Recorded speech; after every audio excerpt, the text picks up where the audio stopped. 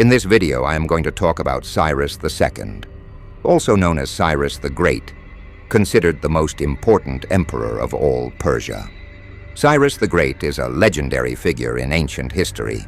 He is known for his conquests and for establishing one of the largest empires of antiquity, the Achaemenid Persian Empire. Cyrus's rise to power marked the end of Median control over the Persians and the fall of the Babylonian Empire. Cyrus's line of succession was closely linked to Persian royalty.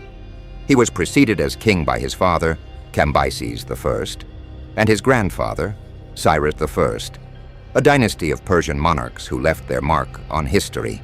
In the Mesopotamian region, the lands controlled by the Persians were not very fertile for agriculture. The Medes, with their well-organized army, established themselves in the north of the region and conquered the best lands, and later all of Mesopotamia. With the expansion of the Medes, the Persians came under their control. As a result, the Persians had to pay high taxes, meaning part of their wealth went to the conquerors. This was a significant change for the Persians, who were once free to govern their lands as they wished. But all of this was about to change when Cyrus succeeded his father and inherited the Persian throne.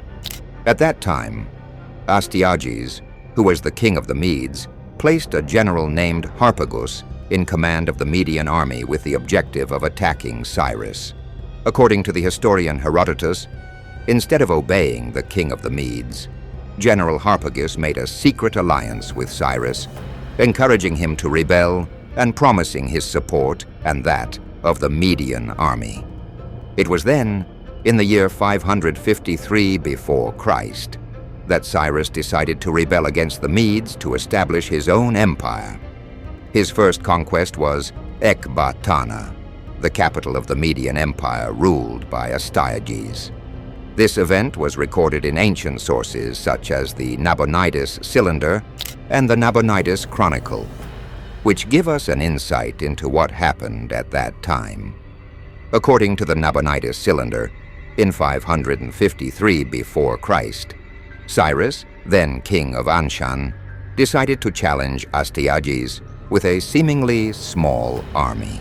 The Median Empire was divided, with part of the army and members of the nobility deserting to Cyrus's side. Astyages, surprised by the betrayal of his general, saw his power begin to crumble. The revolt, led by Cyrus and supported by Harpagus, quickly succeeded.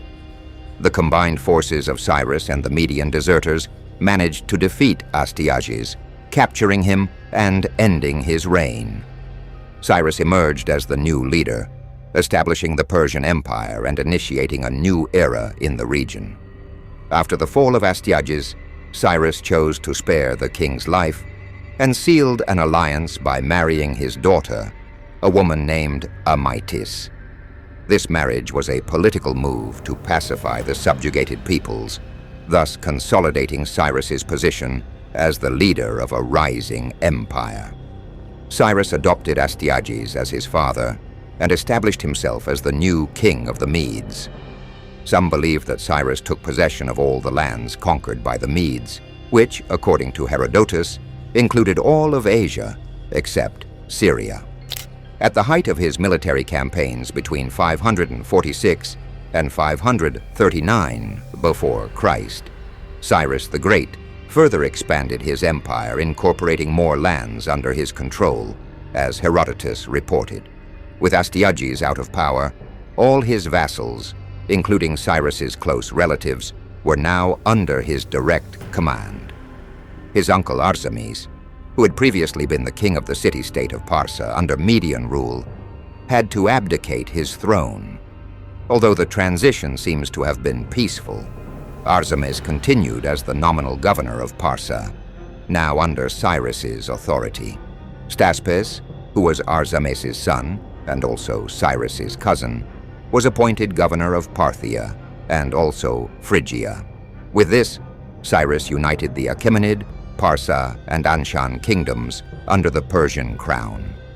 Another important conquest of Cyrus was Lydia, a prosperous kingdom in the region of Asia Minor.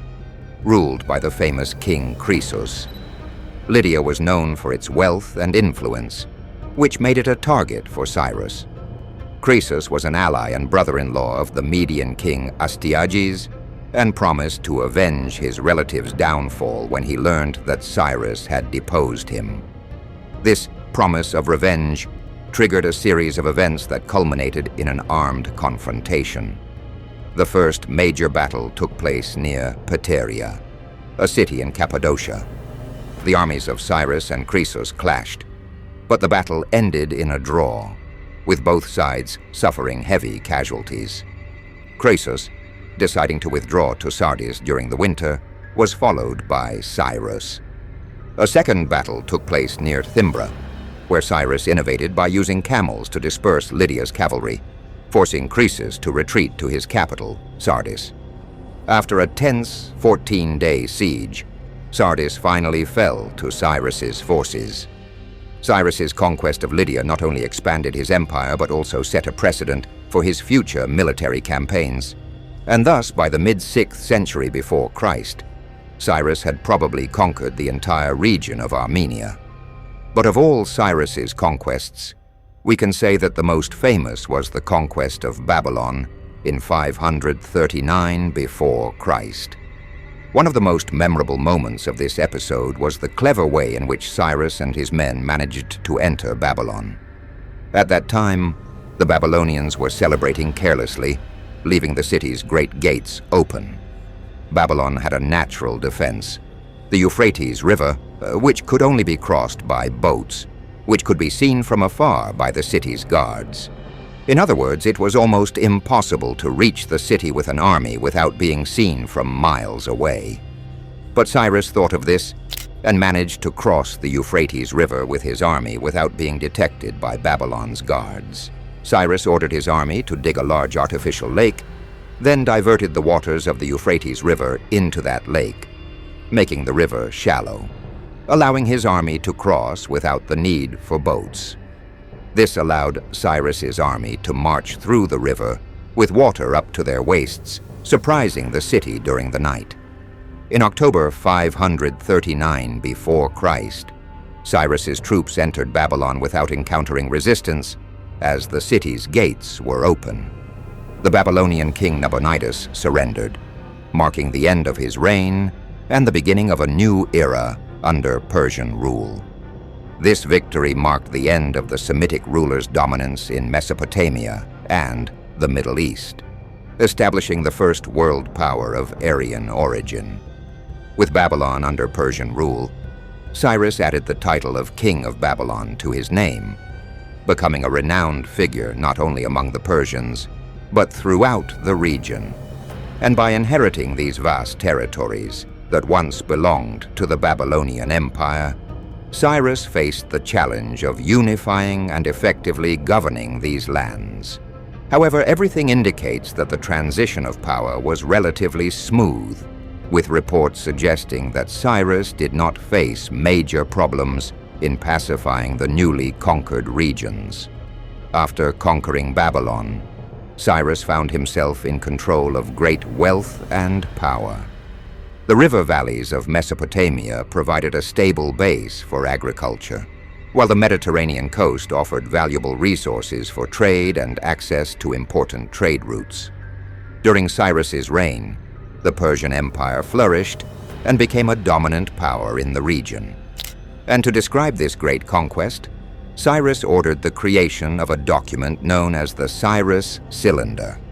The Cyrus Cylinder was a document written with the purpose of being published in Babylon in an attempt to strengthen Cyrus's image and further humiliate the former king Nabonidus. In this document, Cyrus is represented as a divinely appointed leader, attributing his victory to Babylon's own god, Marduk, who was displeased with Nabonidus and had therefore sent Cyrus to conquer the city. The Cyrus Cylinder is often considered a sort of charter of human rights, and shows how Cyrus also acted to benefit his people. Furthermore, Cyrus's rule was marked by remarkable tolerance toward the conquered peoples. He made significant improvements to the lives of Babylon's inhabitants by repatriating displaced peoples and also restoring temples and places of worship. Cyrus also cooperated with the Jews, returning the Temple of Jerusalem's utensils that Nebuchadnezzar had taken to Babylon 70 years earlier. The Cyrus cylinder contains an inscription detailing these humanitarian policies of the Persian emperor. This inscription quotes Cyrus as saying the following: "I returned to them sacred cities beyond the Tigris River, whose shrines had been in ruins for a long time, the images that used to inhabit them, and I established permanent shrines for them. I also gathered all their former inhabitants and returned them to their homes." Cyrus's attitude toward the conquered peoples was very different from the cruel and oppressive domination that many leaders had exercised before him. Little is known about the last years of Cyrus's life. After consolidating a vast empire that extended from Asia Minor to the Middle East, Cyrus faced challenges and conflicts on his eastern borders. Herodotus relates that Cyrus was killed in a battle against the Massagetæ, a nomadic people living beyond the Jaxartes River. According to the story, the queen of this people had Cyrus decapitated in revenge for the death of her son. Another Persian historian claims that Cyrus was killed while trying to suppress a revolt by the Dervises, another nomadic people from Central Asia. These different versions only add to the mystery surrounding the death of the great Persian emperor. Cyrus was eventually buried in Pasargadae, with his mantle, weapons, and jewels by his side. Cyrus's tomb was discovered by archaeologists and is considered an important historical site in Iran to this day. After his death, his son Cambyses II ascended to the throne.